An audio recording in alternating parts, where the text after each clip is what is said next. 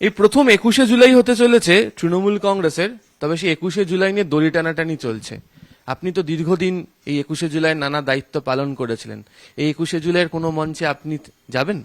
না, প্রথমত আমার শারীরিক অবস্থা তো এখনো সেরকম নেই যে ডাক্তাররা যদি কাল বলতো যে হ্যাঁ বেরোন, কালকেই বেরোন, বেরিয়ে যেতাম।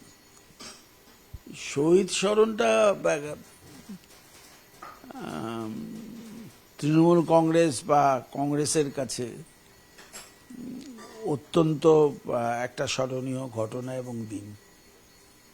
সুতরাং সেই দিকে তাকিয়ে যখন যেরকম সময়, যখন চাকরি করতাম তখনও আমি চেষ্টা করতাম যে যদি উপস্থিত হতে পারি,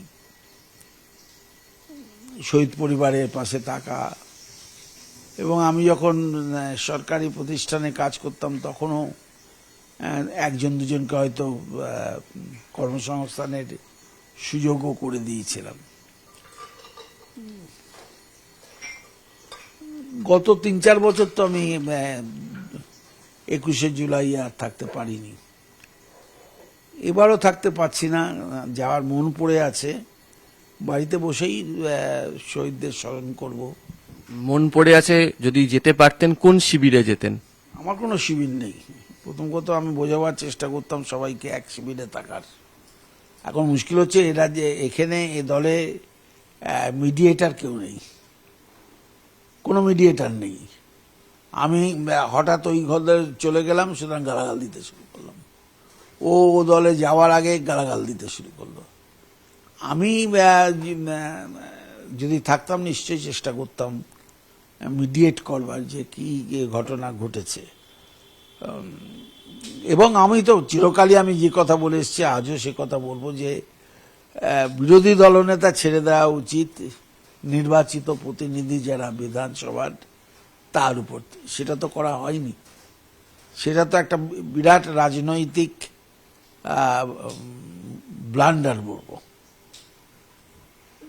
এবং এই শিবির বিভক্ত হওয়ার কারণগুলো, শিবির বিভক্ত হওয়ার আগে পর্যন্ত যদি আত্মবিশ্লেষণ আমরা সবাই মিলে বসে করতাম, অনেক রকম সমস্যা আছে, অনেক রকম দ্বিমত আছে। সেই দ্বিমতগুলোকে যদি বসে ধৈর্য ধরে শুনে তার মোকাবিলা করা যেত, তাহলে আজকের যে শিবিরে বিভক্ত হওয়ার ছবি আমরা দেখছি, আমার মনে হয় না যে সেটা ততটা হতো।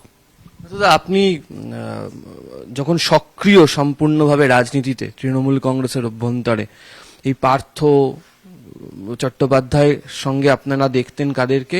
দেখা যেত পিছনের সারিতে ফিরাদ হাকিম, অরূপ বিশ্বাস, মদন মিত্র, তারা সবাই একযোগে মমতা বন্দ্যোপাধ্যায়ের সঙ্গ ছেড়ে ঋতব্রত শিবিরে চলে আছে এবং তারা প্রত্যেকে একযোগে বলছেন যে মমতা বন্দ্যোপাধ্যায় চোখ বন্ধ করে থাকছেন।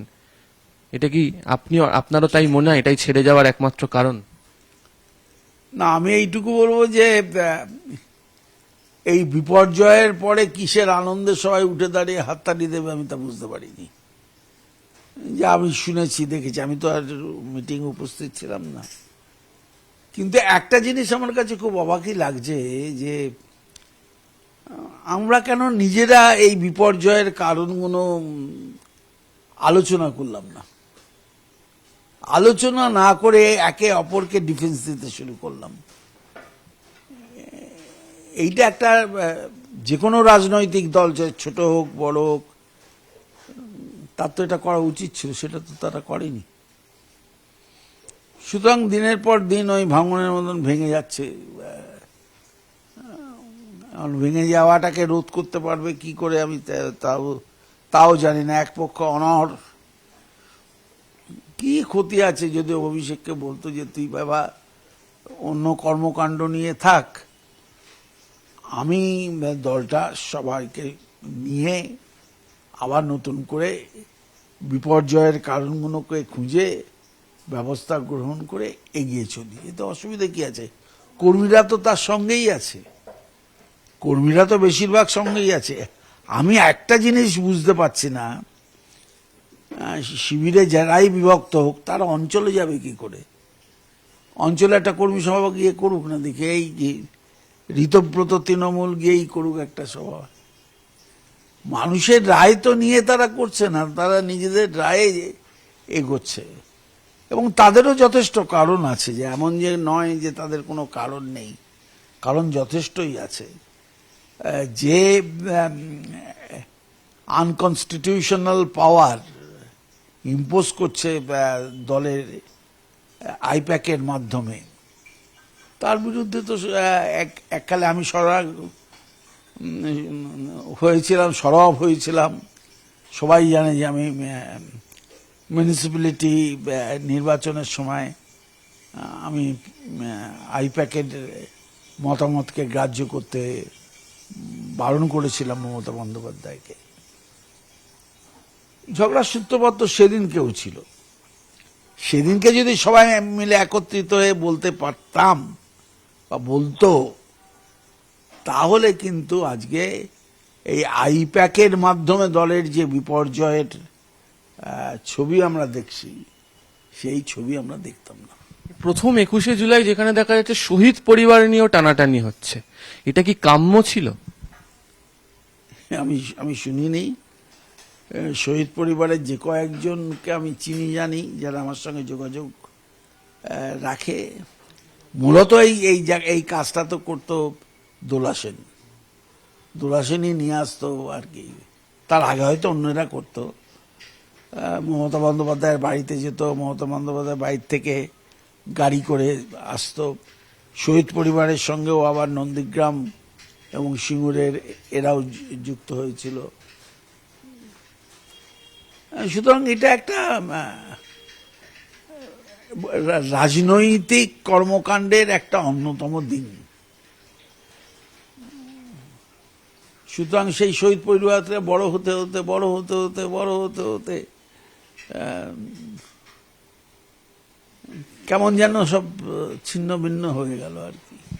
ফিরাদ, অরূপ এরা, মদন মিত্র, ঋতব্রত এরা বলছেন যে 21শে জুলাই তো শহীদ পরিবারদেরই গুরুত্ব দেওয়া উচিত।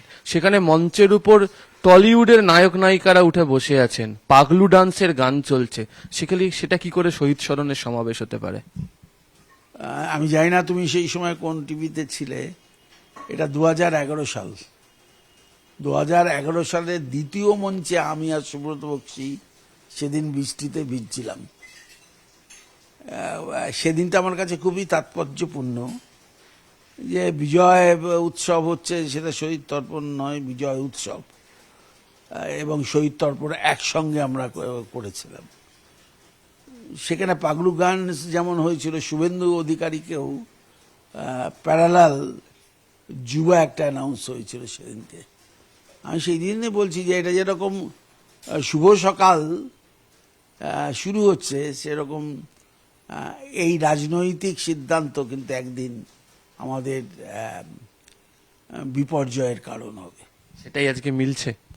আজকে তো তাই হচ্ছে। এখন সেদিনের কথা যদি তোমাদের আর্কাইভে থাকে, তাহলে তোমরা তুলতে পারো, দেখো যে বৃষ্টিতে ভিজছিলাম আমরা আলাদা মঞ্চে, আমরা ওই মঞ্চে ছিলাম না। এখন এই সংস্কৃতি তো মানুষ চায়নি না। যে সংস্কৃতি মমতার সংস্কৃতি বলে পরিচিত ছিল, তাকে বদল করে নিয়ে যদি নতুন সংস্কৃতি ঢোকাবার চেষ্টা হয়, এবং তাতে যদি মানুষের ভরসা না থাকে, এটা বলে তো লাভ নেই যে শুধুমাত্র একটা স্লোগান ভয় আউট ভরসা ইন বলে জিতে গেছে, তো তা নয়। মানুষের নিশ্চয়ই মন জয় করেছে তারা, মন জয় না করলে তারা তো আর সরকার গঠন করতে পারতো না। আর এই মন জয় করার পেছনে আমাদের নিজেদের সংস্কৃতি অনেক বেশি দায়ী। যেভাবে আমরা দলকে চালিয়েছি, যেভাবে আমাদের দলকে এগোবার চেষ্টা করেছি, তার সঙ্গে মমতা লাইনের কোনো মিল নেই। এবং সেদিনকে আপনি প্রসঙ্গের কথা উল্লেখ করলেন, সেই শুভেন্দু অধিকারীকে সরিয়ে যুবা তৈরি করে দেওয়া ছিল। সেই শুভেন্দু অধিকারী তাহলে এই জয়ের কারিগরও হলেন এবারের নির্বাচনে। নিঃসন্দেহে।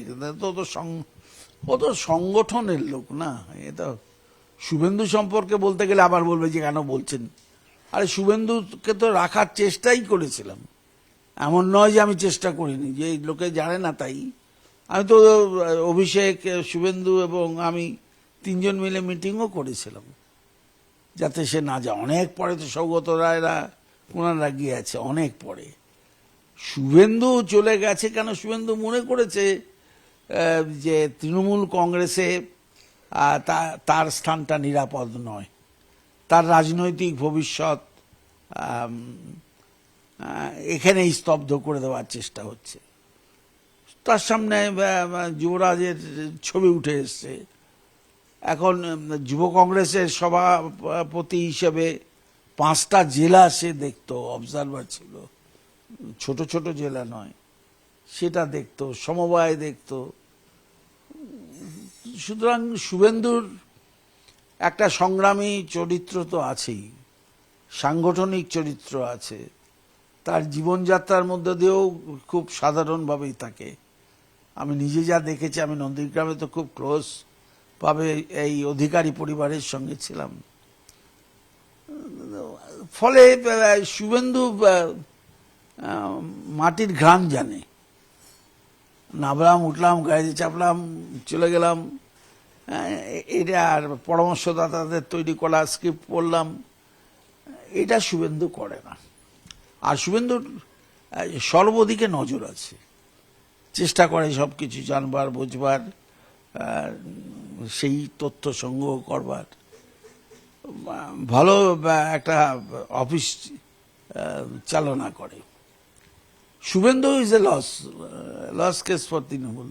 আজকে তৃণমূলের এই অবস্থার যদি 6-7টা কারণ দেখা যায়, তার একটা কারণ হচ্ছে শুভেন্দুর চলে যাওয়া। শেষ প্রশ্ন, আপনার সঙ্গে যখন এখানে বসে কথা বলছি তখন আমতলাতে ডায়মন্ড হারবারের সাংসদ তথা কালীঘাটপন্থী তৃণমূল কংগ্রেসের সর্বভারতীয় সাধারণ সম্পাদক অভিষেক বন্দ্যোপাধ্যায়ের অফিস বুলডোজার দিয়ে ভেঙে দেওয়া হচ্ছে। স্থানীয়দের অভিযোগ, ওই অফিস থেকেই দক্ষিণ 24 পরগনার গোটা কর্মকাণ্ড চালানো হতো, মানুষজনদের ভয় দেখানো হতো, লুটতরাজ চালানো হতো এবং ফুটপাত দখল করেও অফিসটা করা হয়েছিল। আমি একবার খুব সম্ভবত ওই দিকে গেছিলাম, কিন্তু তখন ওটা পার্মানেন্ট শেড ছিল না, একটা সামনে মাঠের মতন ছিল, তার উপরে ওই প্যান্ডেল করে ওটা করা হয়েছিল। এখন যদি সেটা বেআইনি হয়ে থাকে,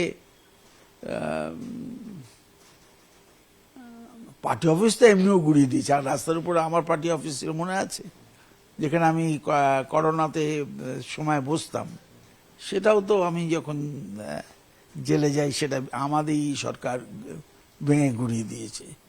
সুতরাং আমাদের সরকারও যে ভেঙে গুড়িয়ে দেয়নি তা না, আমাদের সরকারও তো ভেঙে গুড়িয়ে দিয়েছে।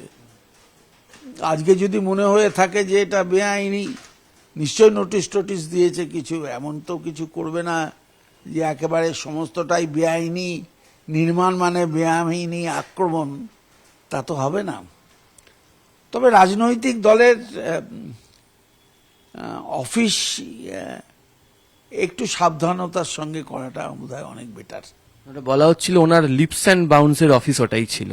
তাহলে তখন আমি বলতে পারবো না, এ ব্যাপারে আমার কোনো মন্তব্য নেই।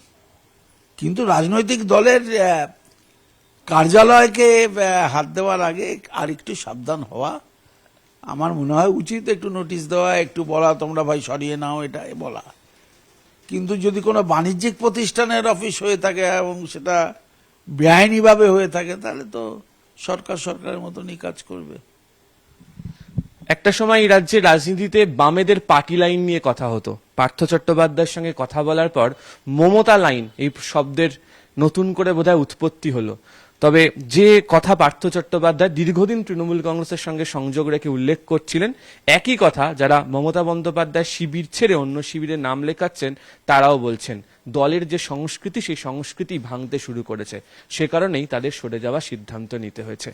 আগামী দিনে বিশেষত 21শে জুলাইকে কেন্দ্র করে সেই ভাঙন কোন পর্যায়ে যায় সেদিকে নজর থাকবে বাংলার রাজনীতি মহলের। ক্যামেরা অসিত দাসের সাথে আবির ঘোষাল, নিউজ 18 বাংলা, কলকাতা।